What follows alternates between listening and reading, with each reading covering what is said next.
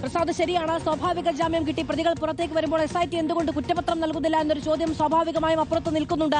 വലിയ വിമർശനങ്ങൾ അതിന്റെ പേരിലും ഒക്കെയുണ്ട്. പക്ഷേ കുറ്റമറ്റ കുറ്റപത്രം എന്നൊന്നുണ്ടല്ലോ. കാരണം ഇത് വലിയ മാനങ്ങളുള്ള, നമുക്ക് ഓർമ്മയുണ്ട് ആദ്യത്തെ വിജിലൻസ് അന്വേഷണ റിപ്പോർട്ടിൽ പറഞ്ഞിരുന്നത് എന്താണ്, ഇത് ഒരു വലിയ മഞ്ഞുമലയുടെ അറ്റം മാത്രം ആണ് എന്നുള്ളതാണ്. പിന്നീട് പല ഗതികളിൽ പല തലങ്ങളിൽ ശബരിമല സ്വർണ്ണക്കൊള്ളക്കേസ് വഴിതിരിഞ്ഞു പോകുന്നത് നമ്മൾ കണ്ടു. സ്വാഭാവികമായും SITയുടെ കുറ്റപത്രത്തിൽ പഴുതുകൾ ഉണ്ടാകരുത്.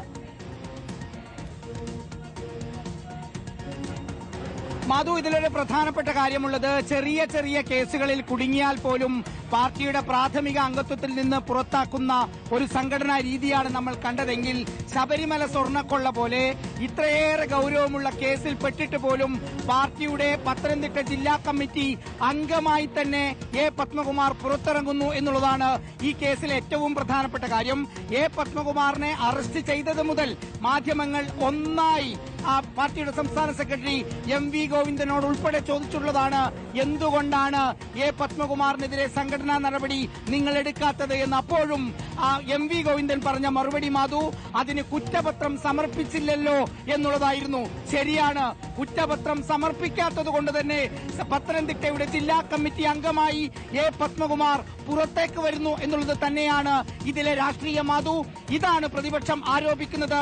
പ്രത്യേക അന്വേഷണ സംഘം CPMന്റെ നയങ്ങളാണ് നടപ്പിലാക്കുന്നത് എന്ന ആരോപണം പ്രതിപക്ഷം ശക്തമായി ഉയർത്തുന്നത് ഈ ഒരു വിഷയത്തിലാണ് എന്ന് നമ്മൾ കാണുകയാണ്.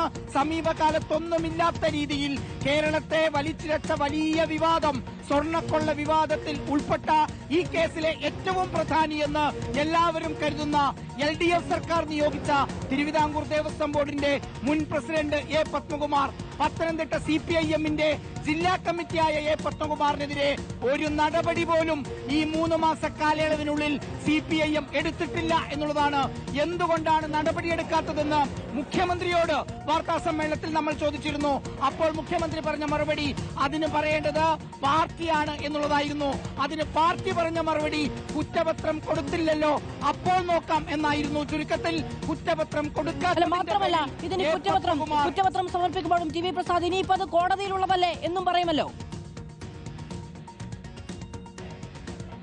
അത് തന്നെയാണ് മാധു അതിലെ പോയിന്റ്, കോടതിയിലുള്ളതാണ് എന്ന് പറയാം. സാധാരണഗതിയിൽ ഞാൻ പറഞ്ഞു വരുന്നത്, ചെറിയ ചെറിയ കേസിൽ പോലും ഉൾപ്പെട്ടവരെ സംഘടനാ രീതി വെച്ച് വളരെ പെട്ടെന്ന് നടപടിയെടുക്കുന്ന, സസ്പെൻഡ് ചെയ്യുന്ന, പ്രാഥമിക അംഗത്വത്തിൽ നിന്ന് പുറത്താക്കുന്ന CPIM എന്തുകൊണ്ടാണ് എ പത്മകുമാറിനെ മാറ്റാത്തത് എന്നുള്ളതായിരുന്നു ഏറ്റവും ഗൌരവമുള്ള ചോദ്യം.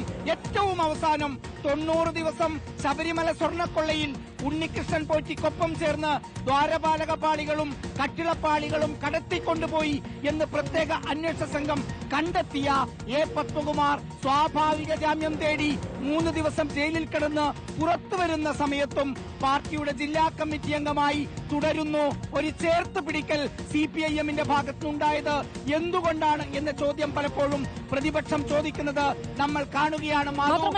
രാഷ്ട്രീയം എന്നുള്ള ആരോപണം കൂടി മുന്നോട്ട് വെക്കാൻ കഴിയുന്ന ഒരു സാഹചര്യമുണ്ടല്ലോ. തെരഞ്ഞെടുപ്പിന് കുറച്ച് ദിവസങ്ങൾക്ക് മുൻപ് മാത്രം എ പത്മകുമാർ എവിടെ നിന്നാണോ പോയത് അവിടേക്ക് തന്നെ, ഏത് അധികാരത്തിൽ നിന്നാണോ പോയത്, ഏത് സംഘടനാ സംവിധാനത്തിൽ നിന്നാണോ പോയത് അവിടേക്ക് തന്നെ തിരിച്ചു വരികയും ചെയ്യുന്നു. ഉറപ്പായും മാധു, ഈ സംശയം തന്നെയാണ് പ്രതിപക്ഷം പ്രധാനമായും കഴിഞ്ഞ കുറെ നാളുകളായി ഉന്നയിക്കുന്നത്.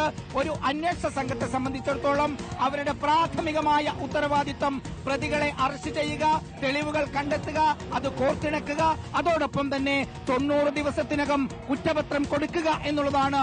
സ്വാഭാവികമായി ഇത്ര വലിയ കേസിൽ, ഇത്ര വലിയ കോളിളക്കമുണ്ടായ കേസിൽ, ഒരുപക്ഷെ രാജ്യമാകെ ചർച്ച ചെയ്ത കേസിൽ എന്തുകൊണ്ടാണ് കുറ്റപത്രം കൊടുക്കാത്തത് എന്ന ചോദ്യം വളരെ സജീവമായി ഉയർന്നു നിൽക്കുന്നതിനിടയിൽ ആദ്യം ഉണ്ണികൃഷ്ണൻ പോറ്റി, ആദ്യം മുരാരി ബാബു, പിന്നെ ഉണ്ണികൃഷ്ണൻ പോറ്റി, D സുധീഷ് കുമാർ, N വാസു, ശ്രീകുമാർ, അങ്ങനെ തുടങ്ങി ഏറ്റവും അവസാനം ഇതാ പത്മകുമാറും പുറത്തേക്ക് വരികയാണ്.